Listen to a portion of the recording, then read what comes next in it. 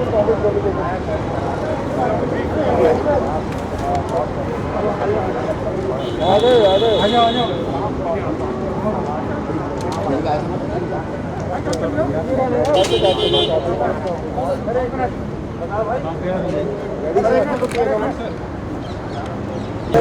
Election commission के समक्ष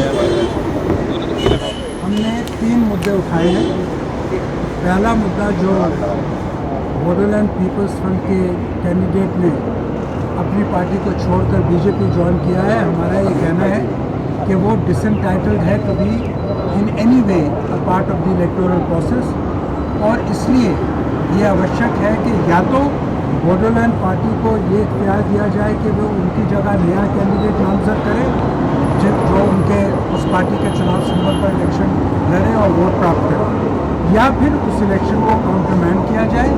हमारी जो मुख्य याचना थी वो ये थी कि देश के अंदर डेमोक्रेटिक इलेक्शंस की प्योरिटी को बरकरार रखने के लिए इलेक्शन कमीशन के पास सारे वो कानूनी अधिकार और सारी शक्तियां हैं जिसका उपयोग करके वो ये सुनिश्चित कर सकते हैं कि ये जो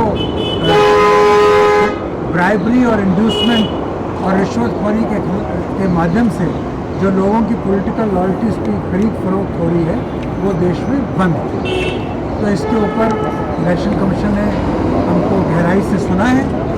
और दूसरा मुद्दा हमने उठाया है कि इलेक्शन ईवीएम जो इलेक्शन कमीशन की ईवीएम्स हैं वो इलेक्शन कमीशन की गाड़ी में ना होकर एक ऐसी कार के अंदर उनको पाया गया, जो प्रियंका जी ने भी ट्वीट किया है, जो बीजेपी के साथ ताल्लुक़ रखने वाले एक बीजेपी के कार्यकर्ता या उसके कैंडिडेट की गाड़ी थी। तो ये कोई असाधारण बात नहीं है, ये कोई आसमान से ये स्थिति पैदा नहीं हुई। तो हमने कहा है कि इसके बारे में जांच कीजिए। हमें ये जानकारी दी गई है कि 4 अफसरों को इलेक्शन कमीशन ने सस्पेंड किया है इसकी प्रिलिमिनरी इंक्वायरी के इस बात की प्रिलिमिनरी इंक्वायरी के बाद, और वो इस मामले में जो गाइडलाइंस है उनको पूरी तरह से इन्फोर्स करें, ये हमें कहा गया।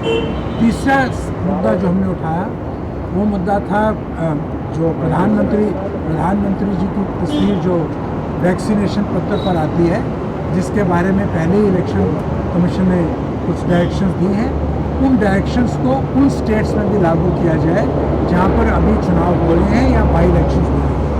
तो ये तीनों मुद्दों पर एक हमारी बहस हुई है, हमने अपनी बात को रखा है। मुझे उम्मीद है कि इलेक्शन कमीशन अपने विवेक के मुताबिक जो कानून द्वारा शक्तियाँ उनको हासिल हैं उनका सदुपयोग करके देश में राजनीतिक जो हमारा ढांचा है और जो डेमोक्रेटिक ढांचा है उसको मजबूत करने का काम करें। ना अंग्रेजी में कहने की जरूरत तो नहीं है। So we have today made 3 representations to the Honorable Election Commission. The first one pertains to the induced defection through illegal means of the candidate of the Bodo People's Front in Assembly Constituency number 58 in Assam. It has been our case before the Commission that Commission has enough powers under the Constitution and under the statutory law to ensure that such inducements that vitiate the electoral process and put a question mark on the purity of the electoral system and which go to weaken democracy are nipped in the bud. The second representation which was made to the Election Commission was in respect of the EVMs which were found in the car of a BJP candidate in Assam, which was a complete violation of the guidelines specified by the Election Commission itself. We were informed that 4 officers have been suspended and that Election Commission has taken note of this aberration. The third representation was in respect of the photograph of the Prime Minister that appears on the vaccination certificates. In respect of this, directions have already been given by the Election Commission earlier. We have requested the Election Commission to ensure that these directions are complied with in all the states where by-elections are taking place and where elections are taking place. Thank you.